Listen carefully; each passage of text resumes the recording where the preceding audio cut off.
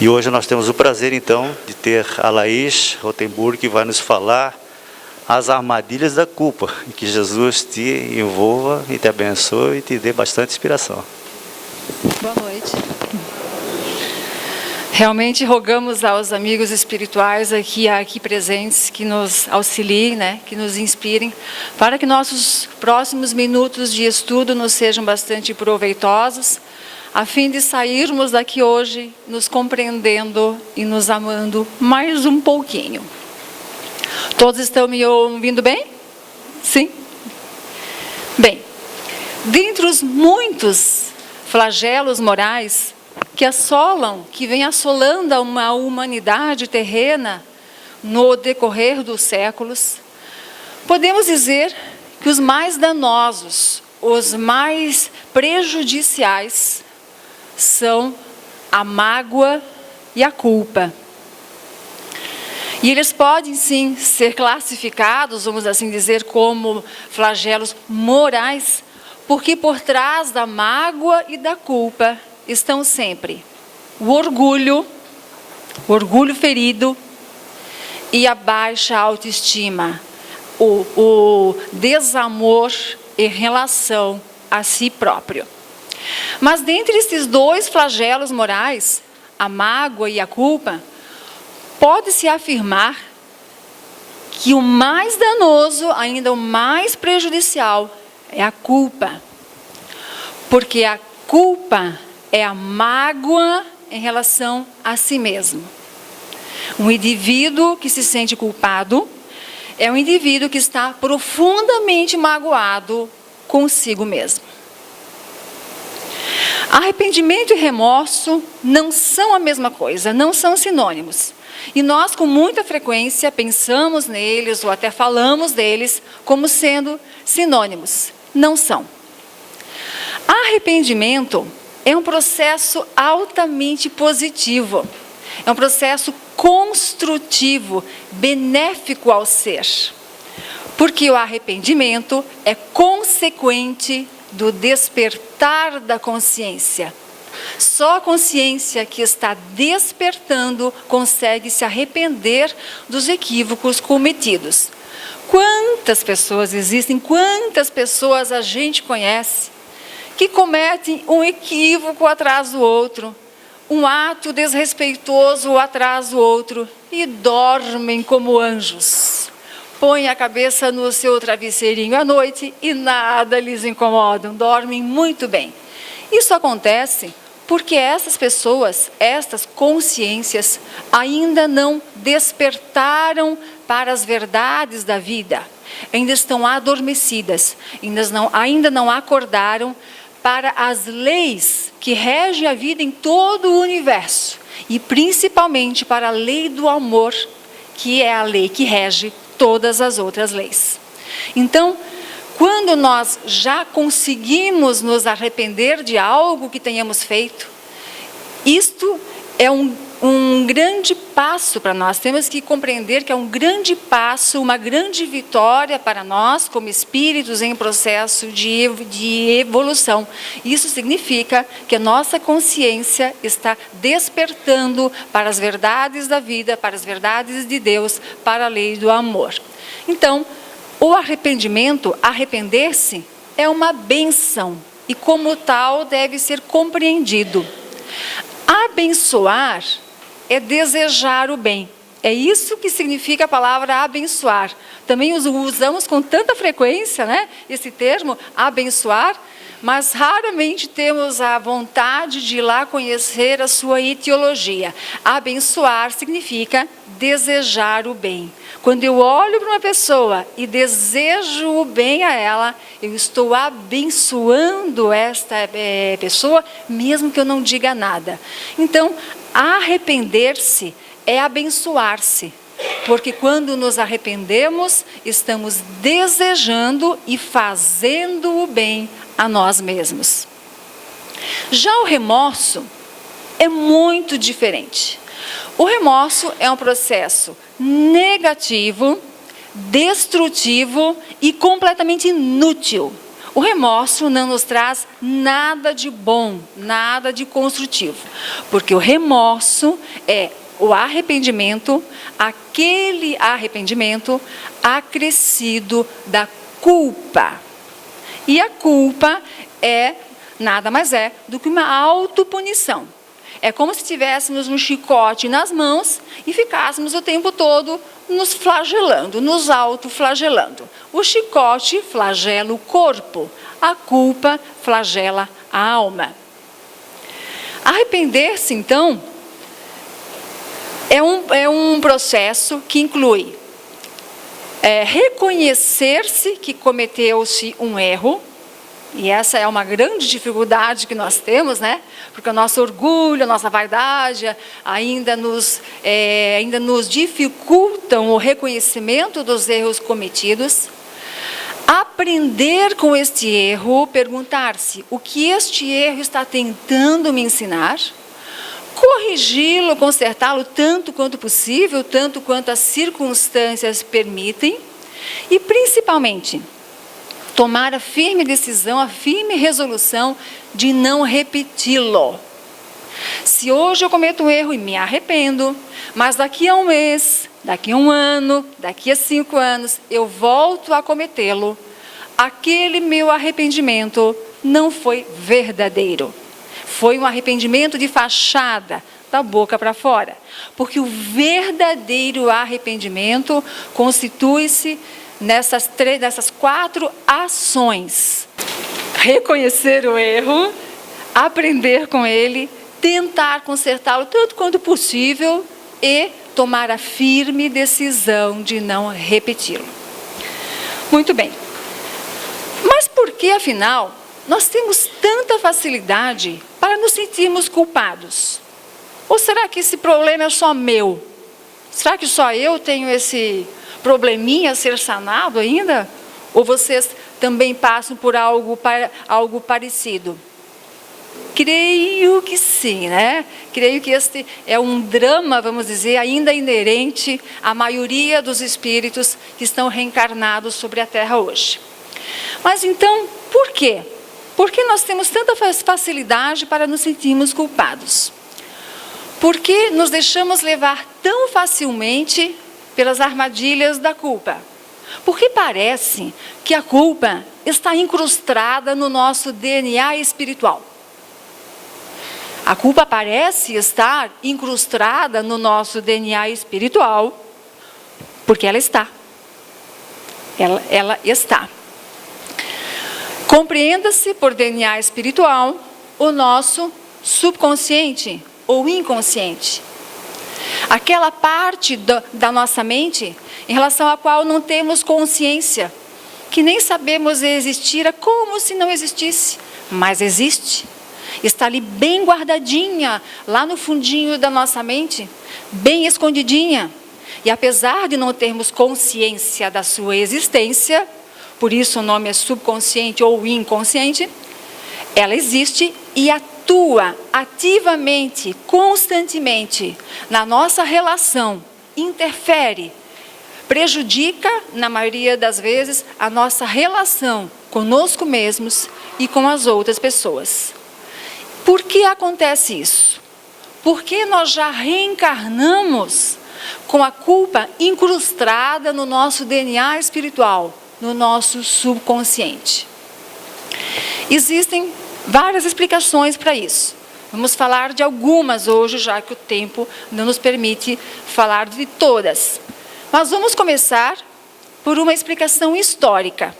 Existe uma causa histórica para a culpa com a qual muitos de nós, infelizmente, já reencarnam. Lá no século IV, aconteceu algo muito importante, que foi a oficialização por parte do Império Romano do cristianismo como religião oficial do Império Romano. Mas o Império Romano, as autoridades do Império Romano não adotaram o cristianismo oficialmente como religião por amor ao Cristo, por amor a Jesus, como deveria ser. Eles adotaram o cristianismo como religião oficial por amor ao poder, para não perder o poder que exerciam, que tinham sobre as pessoas, sobre a vida das pessoas. Eles observaram que o cristianismo teimava em sobreviver apesar da morte do Cristo e tornava-se mais forte a cada década, muito mais forte a cada século. E ao perceberem que iam perder, que estavam perdendo lentamente o seu poder sobre as pessoas, o seu poder de domínio sobre elas, acabaram por decidir em adotá-lo oficialmente. É aquela velha história, se eu não posso contra o meu inimigo, eu me alio a ele. Isso aconteceu lá no século IV. Ainda no século IV, Agostinho de Hipona, que é mais conhecido por nós como Santo Agostinho, apresentou a primeira exposição sistemática do chamado pecado original. Quem já ouviu falar em pecado original? Muita gente já ouviu falar em pecado original, né? Pois é, o pecado original, que foi sistematicamente apresentado por Agostinho de Hipona, constitui-se numa crença, num dogma, a partir do qual todos os seres humanos, todas as pessoas nascem pecadoras. O dogma do pecado original atribui ao pecado um caráter congênito e hereditário, do qual nenhuma pessoa consegue se esquivar, consegue fugir. Então não adianta os seus esforços, tudo que você faz na tentativa de ser uma pessoa do bem, não adianta, você está fadado a esse pecado original. De acordo com esse dogma, nós já nascemos impuros, sujos, pecadores, não merecedores do céu, não merecedores das coisas boas da vida. Enfim, esse dogma fez com que a nossa autoestima fosse grandemente abalada. Porque se alguém nos afirma que nós já nascemos dessa forma e não temos condições de mudar isso, como é possível que uma criatura continue se gostando, se amando, se admirando, se respeitando? Então, este dogma, infelizmente, contribuiu, e para muita gente ainda contribui, para que sua autoestima baixe muito. E a baixa autoestima é uma porta aberta para a instalação da culpa. Como aconteceu isso? Eles só chegaram e falaram: olha, você já nasceu pecador? Você é pecador desde o seu nascimento? Também, é claro que essa informação verbal ocorreu com grande frequência, né? De uma forma ostensiva, fazendo quase que uma lavagem cerebral. Mas eles reafirmaram isso, deixaram isso muito bem claro quando nos disseram que nós tínhamos que comprar um certo documento lá chamado indulgência, né? Que nós tínhamos que comprar as indulgências para que tivéssemos condições de adentrar o céu. Olha, você é tão pequeno, tão pecador, né, que você tem que comprar esse documento para garantir o seu lugar ao céu, porque por mérito próprio, por condição própria, você não vai entrar. Como se não bastasse isso, nós passamos por séculos e séculos sendo perseguidos na Inquisição. A Inquisição ocorreu do século XII ao século XIX. Foram 7, 8 séculos de perseguição, nos quais muitos de nós foram perseguidos, torturados, presos e até assassinados, porque éramos hereges, porque éramos bruxos, porque éramos pecadores, porque éramos impuros. Então, todas essas informações, nos sendo passadas por séculos e séculos e séculos, acabaram fazendo com que acreditássemos que isso fosse verdade. Acabaram fazendo com que a nossa autoestima fosse diminuindo cada vez mais. E se não trabalharmos no sentido de reverter esse processo tão danoso, continuaremos a reencarnar ainda acreditando nisso. Mesmo que não tenhamos como consciência, isso está guardadinho lá no nosso subconsciente. Apesar das lindas lições que Jesus nos trouxe, mostrando-nos claramente quão valorosos nós somos, quão belos e especiais nós somos, quão merecedores de tudo que é bom e belo nós somos, apesar disso, aquelas informações que nos foram passadas de forma tão veemente, ainda ecoam mais alto no nosso subconsciente, abafando a voz do Cristo. Então, para conseguirmos nos livrar desta herança tão triste, é necessário que mergulhemos num profundo processo de autoconhecimento e de auto-amor e de auto-perdão. Então, esta é uma explicação histórica para a existência da culpa que muitos de nós carregamos desde o nosso nascimento, desde a nossa reencarnação, e não raramente continuamos a carregar encarnação após encarnação após encarnação, porque ela não vai desaparecer do nada, ela só vai ser trocada por amor, por autorrespeito, quando nós nos esforçarmos para isto. Esse trabalho tem que ser nosso, é uma luta individual. Existe uma outra razão para que sejamos tão facilmente acometidos pela culpa, tão facilmente desequilibrados pela culpa. É o fato de não sabermos, de não conhecermos o peso, a força que a vida física, que a vida terrena, a vida material exerce sobre nós. A partir do instante que reencarnamos e esquecemos temporariamente da nossa vida como espíritos livres e mergulhamos neste mar físico, nós nos esquecemos da força que isso tudo exerce sobre nós como espíritos encarnados. Raros são os espíritos que conseguiram viver toda uma existência sem terem alguma recaída, uma recaída moral. E se isso acontece com espíritos de escola, espíritos que reencarnam altamente preparados para grandes missões, como nós já vamos mencionar alguns como exemplo, se isso acontece com eles, por que não pode acontecer conosco? Forças físicas, materiais, inerentes ao mundo no qual nós estamos inseridos. Os hábitos vigentes, os costumes, as necessidades, que muitas vezes nem são tão necessidades assim, mas nós acabamos por criá-las, né? Os desejos, as paixões, enfim, dificuldades que são inerentes e questões que são inerentes à vida de espírito encarnado. Coisas com as quais espíritos desencarnados não precisam se preocupar, porque a vida deles é muito diferente da nossa. Então, por não termos conhecimento desta dinâmica da vida e desta força que a vida na Terra acaba por exercer sobre nós, acabamos nos tornando muito exigentes conosco mesmos, não nos perdoando quando cometemos equívocos, quando temos também as nossas recaídas. Vocês já ouviram falar do infante Dom Henrique, que era filho de Dom João VI? Já? Pelo menos por alto, assim. O infante Dom Henrique foi um espírito contemporâneo de Jesus, que ele reencarnou com a missão de ser um anjo da paz. E o que ele fez? Ao invés de atuar como um anjo da paz, isto é, trabalhando, esforçando-se para disseminar a paz, para manter a paz, ele lançou-se como o senhor da guerra.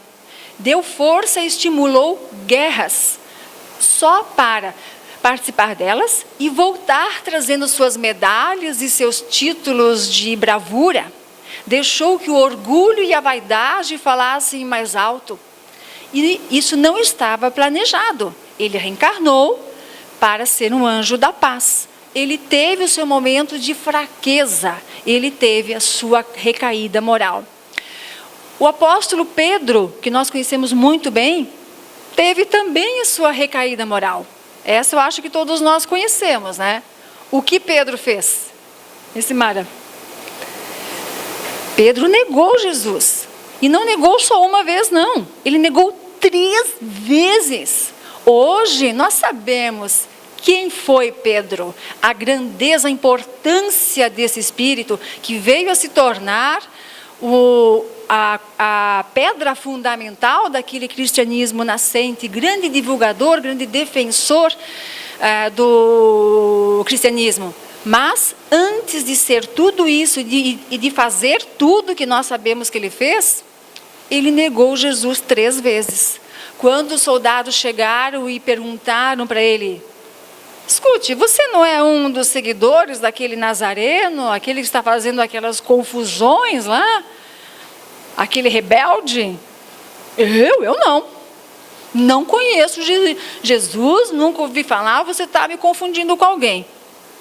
É até estranho, a gente tem até dificuldade em imaginar Pedro negando Jesus, mas ele fez isso. Aí o soldado não se convenceu. Acho que você está me enganando, hein? Você é um deles. Eu já disse que eu não sou. Você está me confundindo com alguém. Não o conheço, não o sigo. O soldado ainda não se convenceu e perguntou por uma 3ª vez: você é um seguidor dele? Eu já disse que não sou. Pronto, assunto encerrado. Então vejam o que aconteceu com esse espírito que veio tão preparado para a missão que ele desenvolveu depois. Ele, no momento de fraqueza, deixou-se levar, deixou-se dominar pelo medo, um sentimento tão humano, que é o medo. Medo de ser preso, de ser açoitado, chicoteado, medo da dor física, medo de ser assassinado, de ser crucificado. E qual de nós será que não sentiria esse mesmo medo? Então, é toda uma circunstância que é inerente à vida de espírito encarnado. E depois disso, ele deu prosseguimento à sua missão e nós sabemos tudo que ele fez. Um outro espírito que teve a sua recaída moral e também é bastante conhecido nosso, é o apóstolo Paulo, que foi um vaso escolhido. Foi escolhido por Jesus para realizar aquela missão de defensor e divulgador do cristianismo. Mas antes de realizar essa missão de forma perfeita, ele foi um perseguidor ferrenho dos cristãos. Ele perseguiu cristãos impiedosamente. Ele até tinha um outro nome, né? Era Saulo. Depois, quando ele conheceu Jesus, quando ele mudou a sua postura, quando ele acordou, ele até adotou o nome de Paulo. Tamanha transformação tinha o ocorrido. Mas todas aquelas perseguições que ele realizou não tinham sido planejadas. Aquilo não fazia parte do seu processo, do seu projeto reencarnatório. Aquilo só ocorreu porque Saulo, depois Paulo, né, deixou-se levar pelo orgulho, pela vaidade, pela prepotência, teve também a sua recaída moral. Então, se conhecêssemos melhor a dinâmica da vida, a dinâmica do processo evolutivo, compreendendo que a evolução se faz paulatinamente, de pouquinho em pouquinho, nós seríamos mais bondosos, mais piedosos conosco mesmos, menos exigentes e conseguiríamos nos perdoar com mais facilidade, não dando tanto campo para a culpa. Se compreendêssemos que tudo no universo está em pleno processo de evolução e que nós fazemos parte disso, que está tudo certo, se soubéssemos disso, não seríamos tão dominados pela culpa. Se soubéssemos que a evolução não ocorre de forma homogênea em relação a todas as qualidades, todas as virtudes, se soubéssemos disso, também não nos culparíamos com tanta frequência, seríamos mais amigos de nós mesmos, mais bondosos conosco. Porque o processo evolutivo acontece mais ou menos assim. Nós somos um solo, nós somos o solo. E nesse solo existem plantas que foram plantadinhas ali, né? Há muito tempo já. E essas plantas já tiveram condições de criar profundas raízes profundas. E aí não tem o que arranque essas plantas. Pode vir a ventania, a chuva, o furacão, o que quer que seja. Essas plantas estão fixamente afixadas no solo, porque já tem raízes profundas. Este mesmo solo, que somos nós, possui outras plantinhas que foram plantadas há menos tempo, plantas mais recentes. E as raízes dessas plantinhas ainda são mais superficiais, são raízes mais curtinhas. Essas, se vier uma ventania, um furacão, arranca, leva embora. E é aí que nós temos as nossas recaídas morais. E há outras plantinhas ainda, outras qualidades, que ainda estão longe de serem plantadas no nosso solo. Ainda temos que correr atrás dessa conquista. Então, quando temos essa consciência de que já somos bastante evoluídos em alguns aspectos, mais ou menos evoluídos em outros, e muito pouco evoluídos em outros, compreendendo que é assim que acontece e é assim que é com todas as pessoas, com todos os seres, com todos os filhos de Deus, a partir do instante que compreendemos isso, conseguimos ser mais indulgentes conosco mesmos e, consequentemente, fechamos ainda mais as portas para a culpa. Então, compreender o nosso processo evolutivo, como ele se dá, e como se dá a nossa vida na Terra, a força que a vida na Terra exerce sobre nós. É importante esse estudo, esse conhecimento, para nos conhecermos melhor e assim conseguirmos nos amar mais e nos perdoarmos.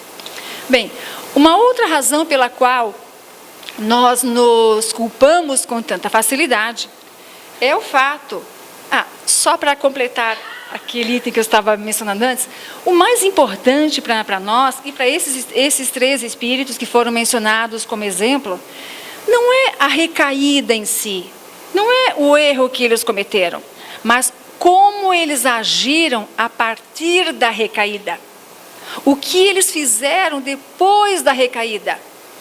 Então é isso que deve ficar para nós. Não importa o erro que eu tenha cometido, o que importa é a minha reação a este erro. Vou usar este erro como mestre? Será meu professor?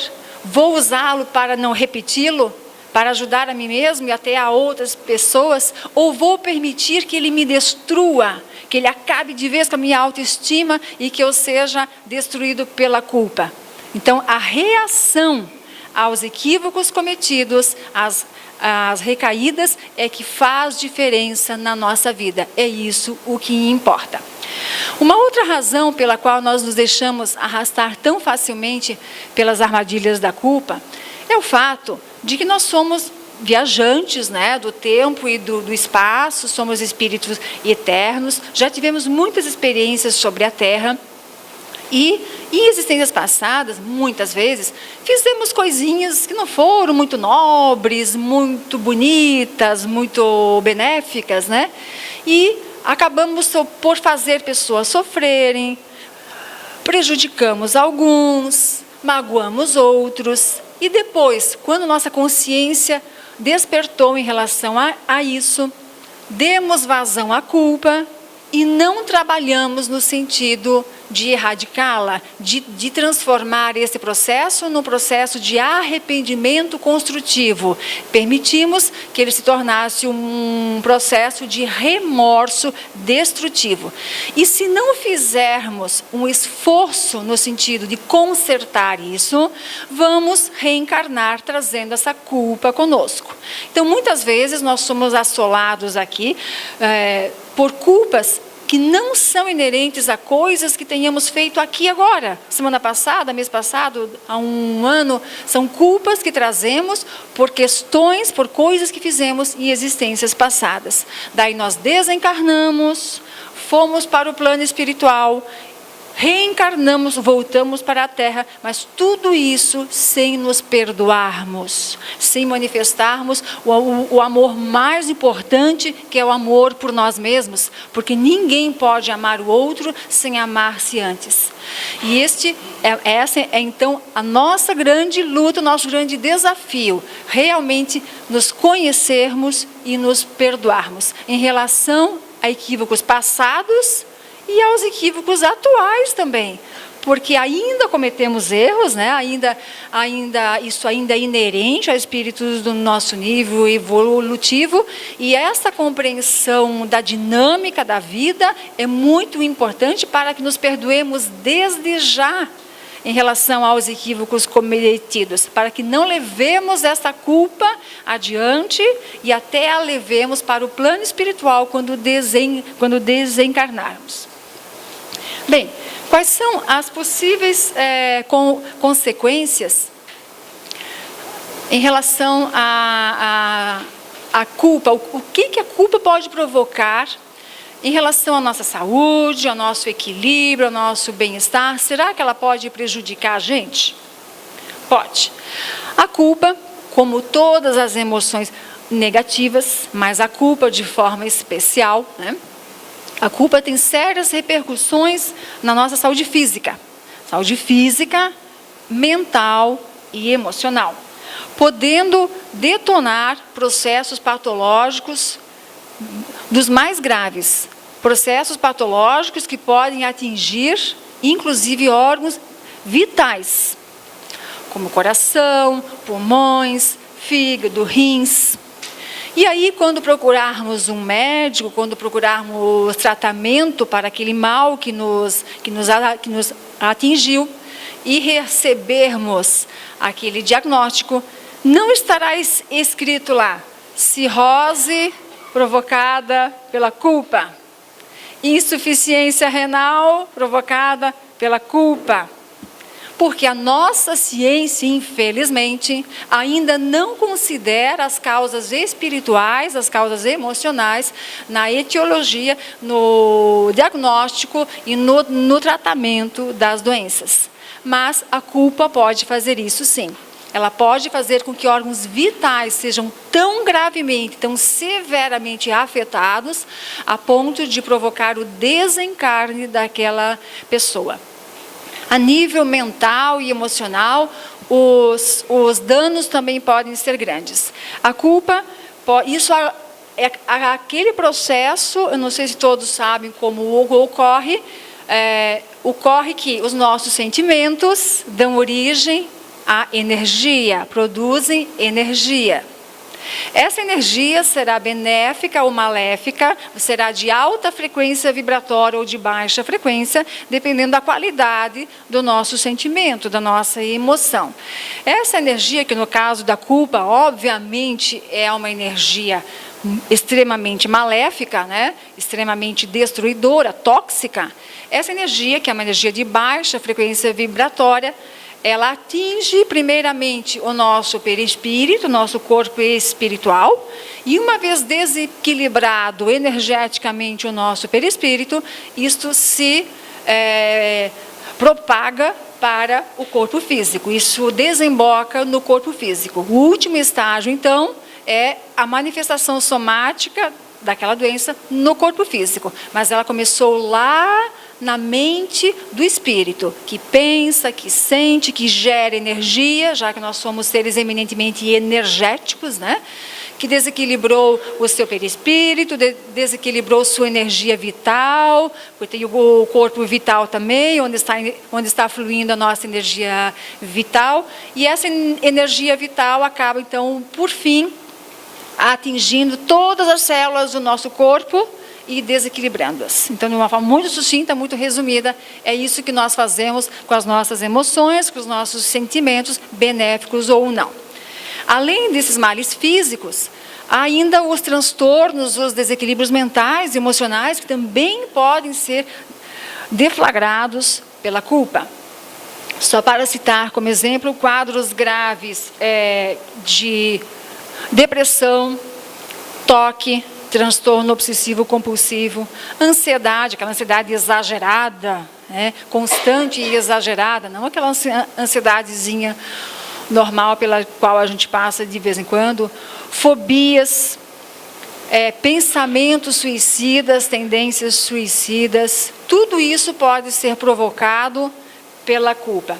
E esses quadros, sempre lembrando, podem ser decorrentes de culpas inerentes a erros do presente ou do nosso pretérito.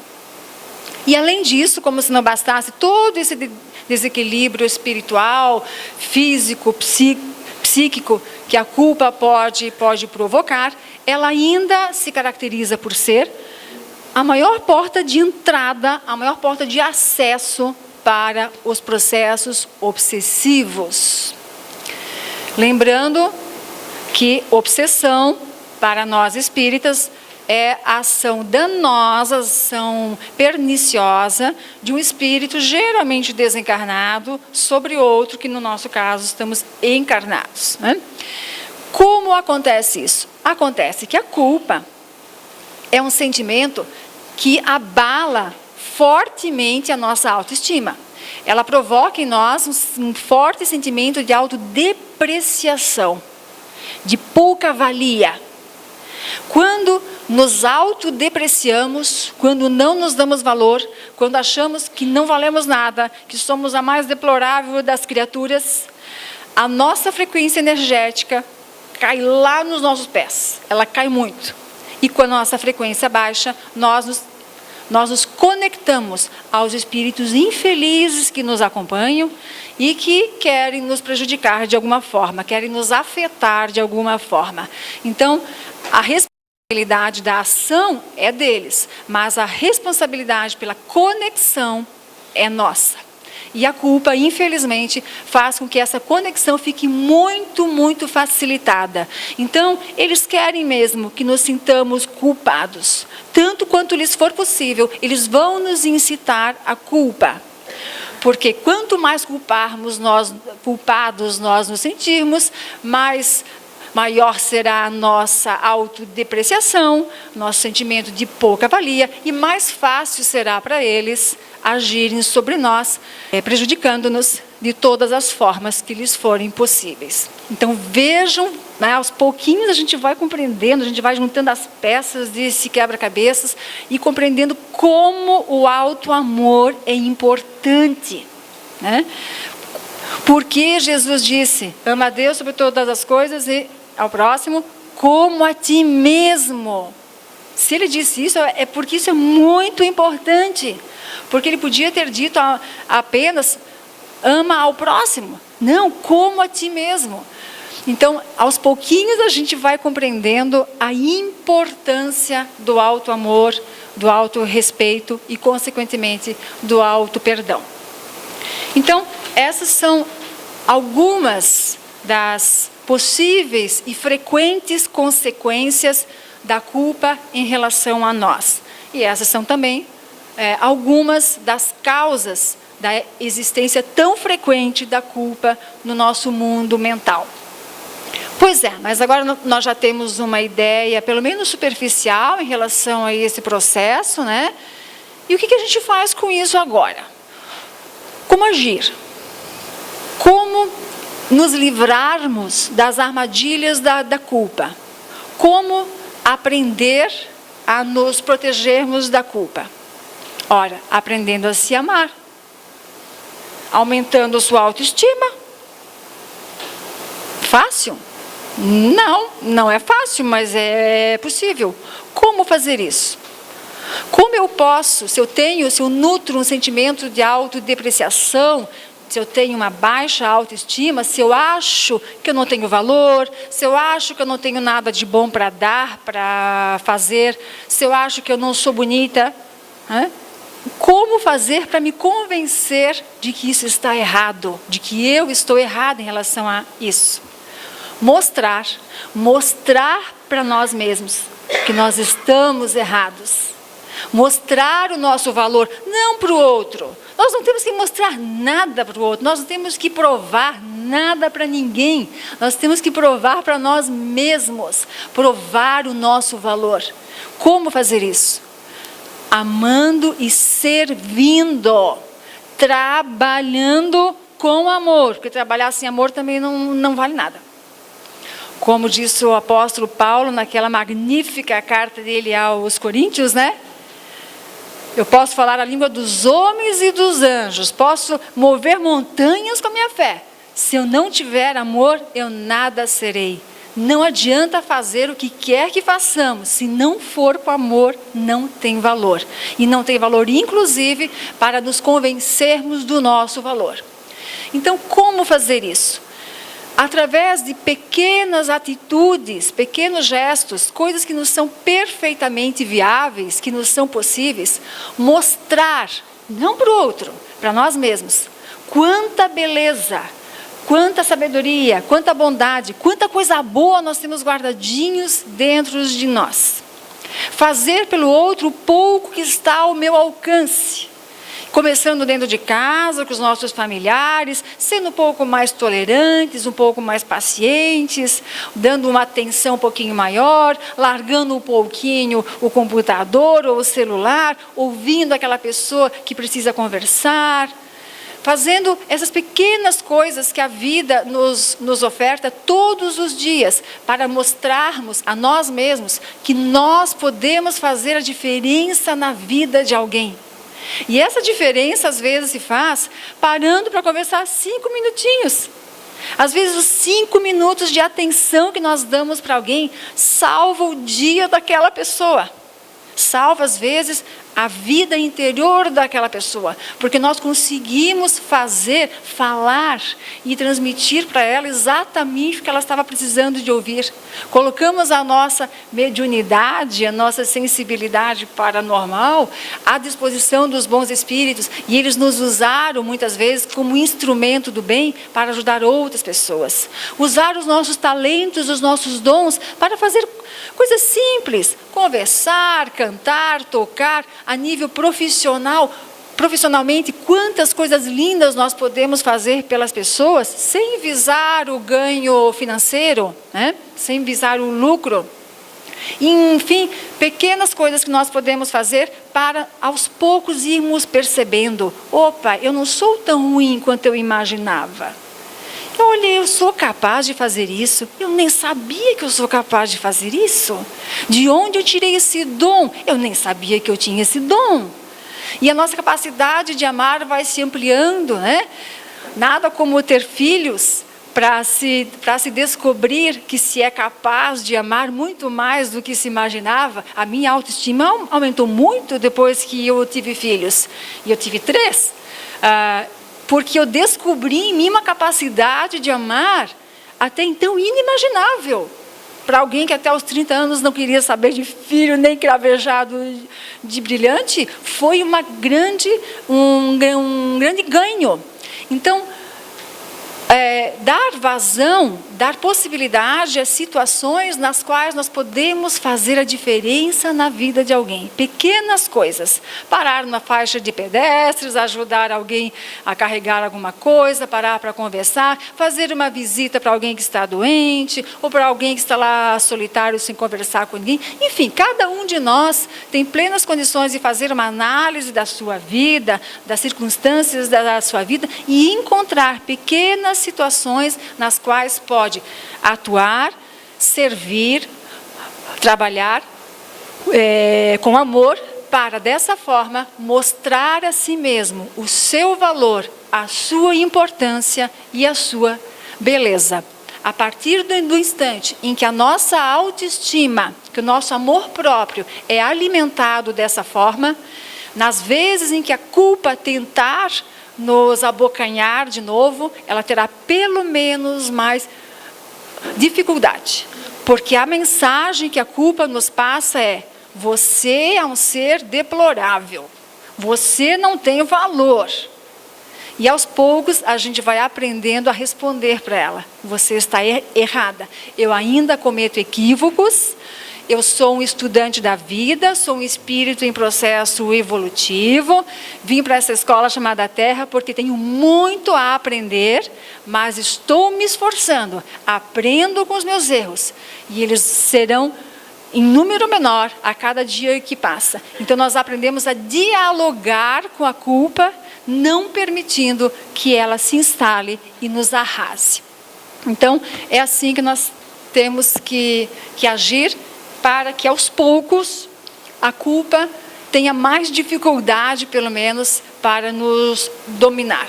E eu gostaria de encerrar o nosso estudo lendo uma frase da qual eu gosto muito, que se encontra no livro O Médico Jesus, de José Carlos de Luca. E essa frase é de Yogananda. Os santos são pecadores que não desistiram. Um diamante terá menos valor só por estar coberto de lama? Deus vê a beleza imutável da sua alma.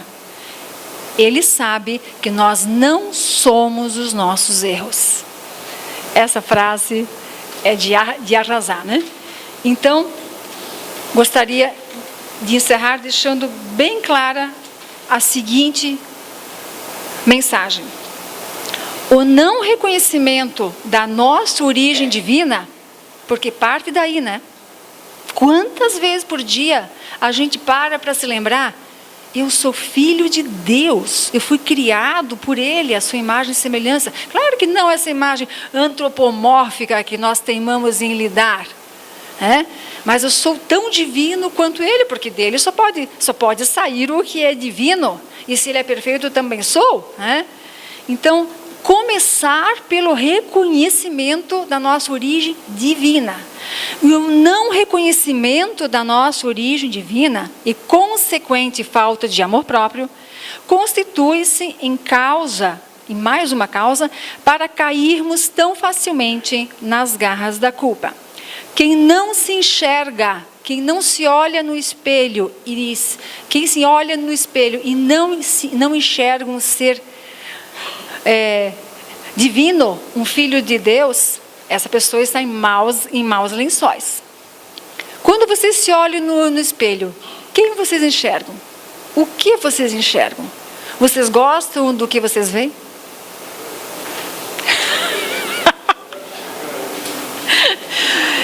É um bom exercício esse. Olhar-se fixamente, sincera e humildemente no espelho e se perguntar: quem eu estou vendo? Eu gosto de quem eu estou vendo? Eu consigo perceber que eu estou olhando para um ser divino? Poucos de nós, né? Poucos de nós conseguem fazer isso. Quem não se enxerga como um ser divino dificilmente consegue se amar. E quem não se ama, não se cuida. A autopunição instala-se com facilidade por não compreendermos ainda que não somos os nossos erros. Os nossos erros não nos definem. E continuamos sendo amados por Deus e por Jesus, independentemente dos nossos erros. Esse é outro grande equívoco que nós cometemos. Quando eu cometo um erro, sem perceber, eu já me sinto menos amada por Deus. Pronto, agora Deus já não gosta mais de mim como Ele gostava antes. Porque eu fiz besteira, né? Então, isso é tão rápido, tão automático, que raramente nós tomamos consciência desse raciocínio ridículo. Mas ele está ali. E está trabalhando na nossa autodepreciação. Então, que os nossos erros não nos definem e somos amados por Jesus e por Deus, independentemente dos equívocos cometidos. Cometer erros não diminui o nosso valor. Então, esta era a mensagem que eu queria deixar para vocês hoje. A mensagem de que somos espíritos eternos em processo evolutivo, que errar, que cometer erros ainda faz parte da nossa história e ainda fará por algum tempo. Tenhamos a consciência de que isso não vai acabar ali em frente, mas é assim, errando, aceitando o seu erro, aprendendo com ele, tentando consertá-lo tanto quanto possível e tomando a firme decisão de não repeti-lo, que nós vamos evoluir, que nós vamos crescer. Sempre sendo caridosos, piedosos para conosco mesmos, para que dessa forma possamos ser também caridosos e piedosos para com os erros do outro. Quem tem muita dificuldade em perdoar o outro, tem enorme dificuldade de se auto-perdoar. Nós não temos condições de dar ao outro o que nós não possuímos. Nossa relação com o outro é reflexo direto, reflete diretamente a nossa relação conosco mesmos. Então, antes de qualquer coisa, vamos nos lançar a esse desafio que é a conquista do auto-perdão, do auto-respeito, do auto-amor. Obrigada pela atenção. Obrigado, Laís. Realmente ela foi inspirada, né? E intuída. Aqueles que vieram na casa hoje pela primeira vez, não se assustem. Porque a doutrina dos Espíritos, ela consola através do esclarecimento. Você já deve ter percebido que nós não somos intermediários de nenhuma divindade em favor de nenhum de nós ou de vocês. Cada um é responsável por aquilo que é, que vai ser e que foi. Razão pela qual só através do estudo é que nós vamos nos entender realmente nesse contexto cósmico universal. De que por acaso e agora, pela misericórdia de Deus, nós estamos novamente reencarnados para podermos evoluir. É a oportunidade, pessoal.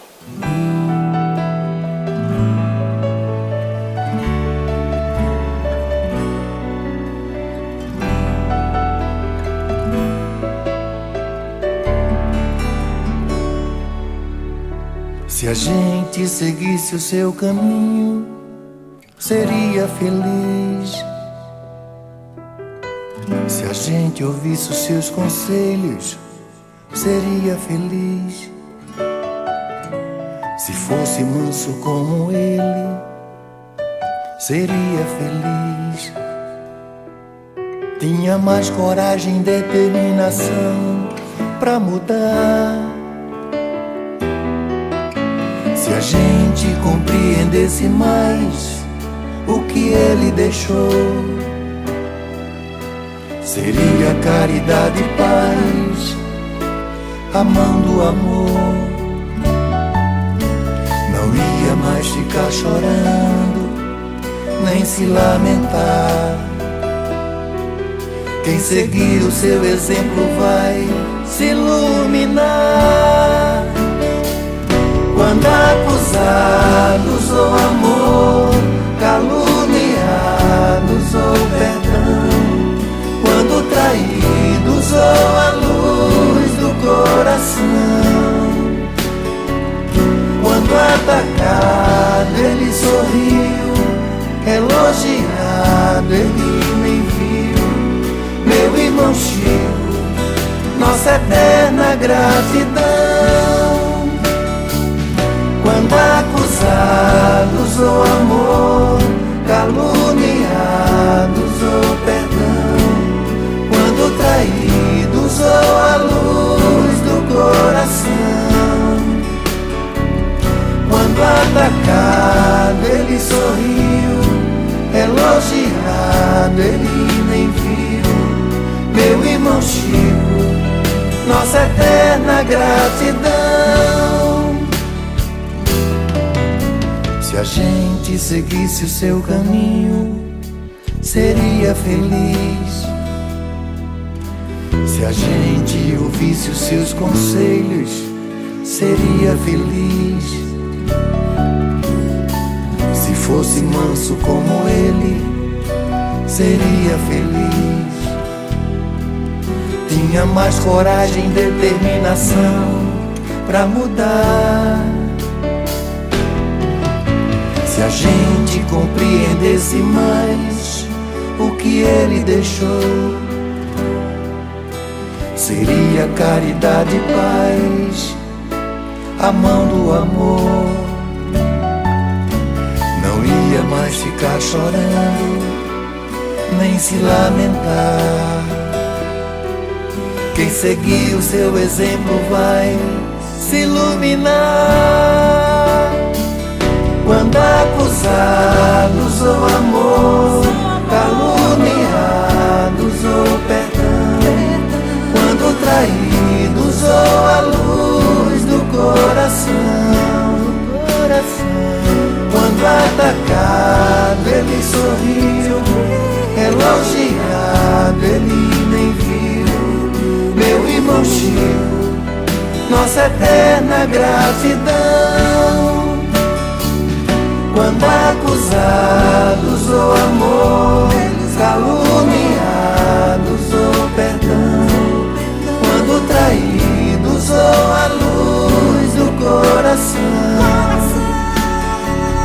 quando atacado ele sorriu, elogiado ele nem viu. Meu irmão Chico, nossa eterna gratidão.